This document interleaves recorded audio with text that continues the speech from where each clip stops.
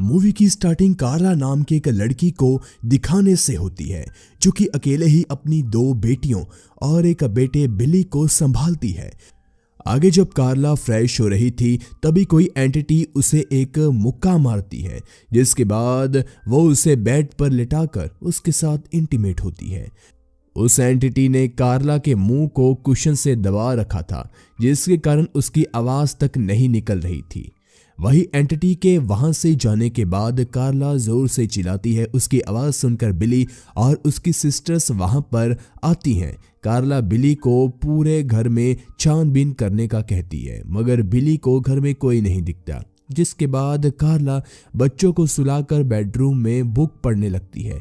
लेकिन थोड़ी देर बाद बेडरूम में रखी सभी चीजें अपने आप हिलकर नीचे गिर जाती है। ये देखकर कार्ला को काफी ज्यादा डर लगता है और वो बच्चों को लेकर घर से बाहर निकलती है, जिसके बाद कार्ला सभी को लेकर अपनी बेस्ट फ्रेंड सिंडी के घर पर आ जाती है। वो लोग वहीं पर रात गुजारते हैं। वहीं अगले दिन कार्ला सिंडी को सभी चीज बता देती है, जिसे सुनकर सिंडी हैरान हो जाती है। लेकिन असल में उसे लग रहा था कि कार्ला हैलुसिनेट कर रही है, इसीलिए वो उसे साइकेट्रिस्ट को दिखाने का सजेस्ट करती है। जिसके थोड़ी देर बाद कार्ला को पता चलता है कि सिंडी के हस्बैंड को उनका यहाँ पर रहना पसंद नहीं है, इसीलिए कार्ला सिंडी को बिना बताए ही बच्चों को लेकर वहां से निकल जाती है। वो लोग पूरा दिन बीच पर बिताते हैं और रात होने पर वो वापस अपने ही घर आ जाते हैं। तब कार्ला देखती है कि किसी ने उसके बेडरूम का सारा सामान तहस नहस कर दिया है। तभी उन सभी को अजीब सी आवाज सुनाई देती है, तो बिली चेक करने के लिए जाता है, लेकिन इस बार भी उसे कोई नहीं मिलता। जिसके बाद वो लोग घर में सोने की तैयारी करते हैं और कुछ देर बाद सिंडी भी वहां आ जाती है कार्ला के साथ सोने के लिए। फिर सिंडी और कार्ला उसके बेडरूम में सो जाते हैं। वहीं उन दोनों के सो जाने के बाद हम देखते हैं कि रूम में रखा एक लैंप अचानक से चालू होकर बंद हो जाता है, जिससे हमें पता चलता है कि वो एंटिटी अभी भी इनके घर में मौजूद है। अगले दिन कार्ला कार लेकर अपने काम के लिए निकलती है, जिस दौरान वही एंटिटी कार का कंट्रोल लेकर तेजी से कार को भगाती है। लेकिन थोड़ी देर बाद कार रुक जाती है और कार्ला सही सलामत होती है। इसके बाद हम कार्ला को एक साइकेट्रिस्ट डॉक्टर फिल के साथ देखते हैं। कार्ला डॉक्टर को अपने साथ क्या क्या हुआ वो सब कुछ बताती है। डॉक्टर फिल उस पर विश्वास कर कुछ मेडिसिन लिख देते हैं। फिर रात होने पर कार्ला अपने घर पर वापस आ जाती है और वो थोड़ी देर बाद नहाने के लिए जाती है, जिस दौरान हम देखते हैं कि बाथरूम के दोनों दरवाजे अपने आप लॉक हो जाते हैं। जिसके बाद वो एंटिटी फिर से कार्ला पर अटैक कर उसके साथ इंटीमेट होती है, लेकिन इस बार उस एंटिटी ने कार्ला को काफ़ी ज़्यादा चोट पहुंचाई थी। कार्ला ये सब डॉक्टर फिल को दिखाती है, साथ ही में ये भी कहती है कि इस बार उसने अपनी बॉडी पर 1 से ज़्यादा लोगों को फील करा है। आगे डॉक्टर फिल कहते हैं कि उसे हाइस्ट्रा नाम की बीमारी है, जिसमें लोगों को पास्ट में हुए बुरे इंसिडेंट्स की वजह से प्रेजेंट में काफ़ी खतरनाक हेलुसिनेशन होती है, जिसके लिए डॉक्टर कार्ला को मेडिसिन देकर रेस्ट करने के लिए कहते हैं। इसके बाद जब डॉक्टर घर जा रहे थे तभी उन्हें कार्ला हॉस्पिटल के बाहर बैठी हुई दिखती है, जो कि काफ़ी देर से टैक्सी का इंतज़ार कर रही थी। तो डॉक्टर उसे लिफ्ट देने का कहते हैं और कार्ला मान जाती है। वही कार्ला के घर पहुंचने पर डॉक्टर कार्ला के घर को एक बार देखने की रिक्वेस्ट करते हैं कि वो हॉन्टिंग हाउस जैसा दिखता है या नहीं, जिस पर कार्ला मान जाती है और फिर डॉक्टर फिल को अपना घर दिखाती है। आगे हम डॉक्टर और कार्ला की बातों से कार्ला के पास्ट की कुछ बातें जानते हैं, जैसे कि बचपन में उसके डैड उसके साथ काफ़ी बुरा बर्ताव करते थे, जिसके कारण वो बचपन में ही घर से भागकर न्यूयॉर्क आ गई थी। यहाँ पर उसकी मुलाकात मारियो से हुई।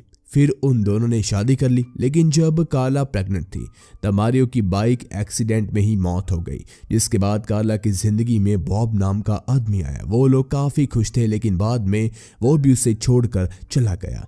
इसके बाद बिली और कार्ला की दोनों बेटियां घर में आती हैं। उन्हें देखकर डॉक्टर वहां से चला जाता है। वही डॉक्टर के जाने के बाद कार्ला अपने बच्चों के साथ डिनर कर रही थी, तभी वो एंटिटी फिर से उस पर अटैक करती है।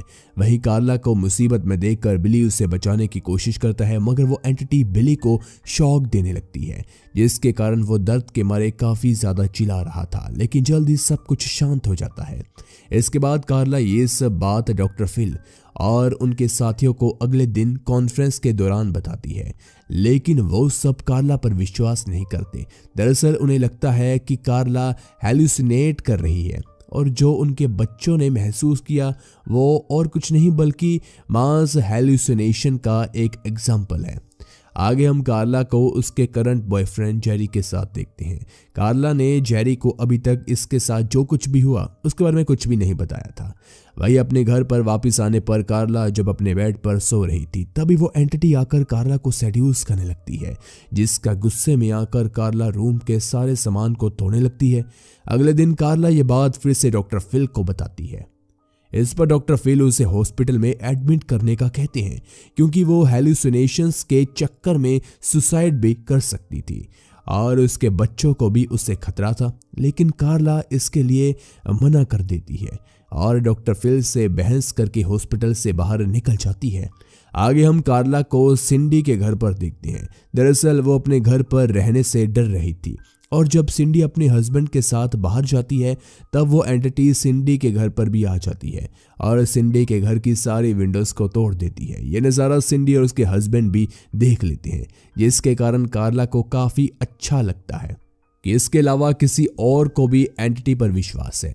अगले दिन वो दोनों बुक स्टोर जाकर इन सभी घटनाओं के बारे में जानकारी लेने की कोशिश करते हैं। यहाँ पर कार्ला को जेने और जॉय नाम के दो स्टूडेंट्स मिलते हैं जो कि पारासाइकोलॉजी के स्टूडेंट हैं और वो लोग ऐसे ही घटनाओं पर रिसर्च करते हैं, जिसके बाद कार्ला उन दोनों को अपने घर पर लेकर आती है और वो सब कुछ बताती है जो अभी तक उसके साथ हुआ। कार्ला को लग रहा था कि वो दोनों उसकी बातों को मजाक में ले रहे हैं और जब वो दोनों वहां से जा रहे थे तभी घर की सारी चीजें हिलने लगती है। उन्हें अजीब सी स्मेल आ रही थी, साथ ही में वहां पर ठंडी हवा भी चलती है। अब ये सब देखने के बाद वो दोनों समझ जाते हैं कि कार्ला उनके साथ मजाक नहीं कर रही और फिर वो दोनों अपने कुछ इक्विपमेंट्स लेकर कार्ला के बेडरूम में सेटअप करते हैं ताकि अगर वो एंटिटी दोबारा आए तो वो लोग उसे कैमरा में कैद कर सके। और ऐसा ही होता है, वो एंटिटी लाइट के फॉर्म में उनके सामने आती है और वो कार्ला को टच नहीं कर पा रही थी। ये देखकर कार्ला काफ़ी ज़्यादा खुश हो जाती है। वही जिने और जोएक उस एंटिटी की पिक्चर क्लिक करते हैं, जिसके बाद वो इस पिक्चर को अपनी सीनियर डॉक्टर एलिजाबेथ को दिखाते हैं। ये देखकर डॉक्टर उन्हें इस केस पर और रिसर्च करने का कहती है।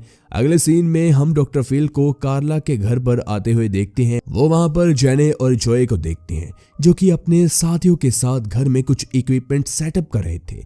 आगे जेने डॉक्टर फिल को बताता है कि इस घर में जो कुछ भी हो रहा है उसे वो लोग हार्ड डेटा में कैप्चर करने की कोशिश करने वाले हैं। इस पर डॉक्टर फिल उन्हें कहते हैं कि कार्ला उसकी पेशेंट है और मैं उसे ये सब करने नहीं दूंगा। जिसके बाद वो जाकर कार्ला से बात करते हैं, लेकिन कार्ला उनकी एक नहीं सुनती क्योंकि उन्होंने कार्ला की कुछ खास मदद तो की नहीं थी, लेकिन जेने और जोए उसकी मदद कर रहे थे। इसके बाद डॉक्टर फिल वहां से चले जाते हैं।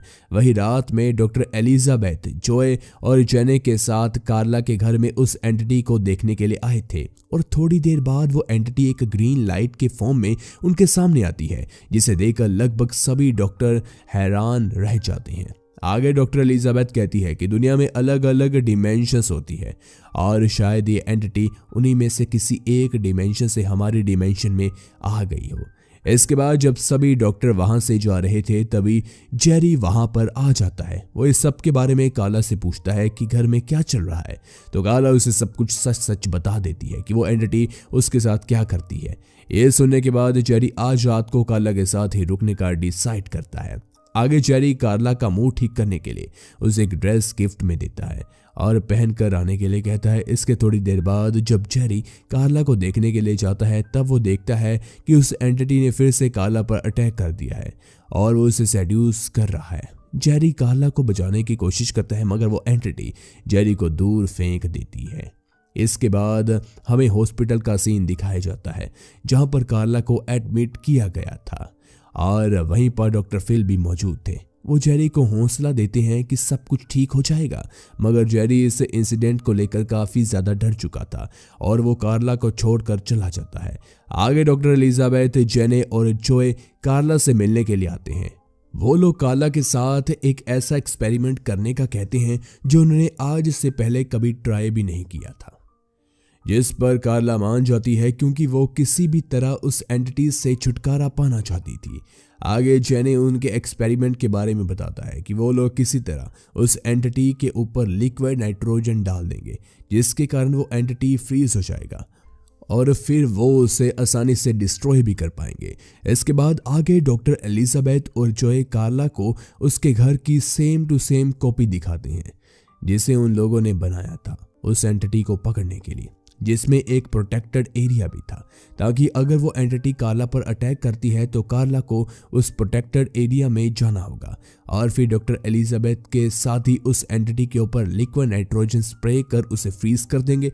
इस एक्सपेरिमेंट को देखने के लिए डॉक्टर फिल अपने सीनियर डॉक्टर के साथ वहां पर आते हैं।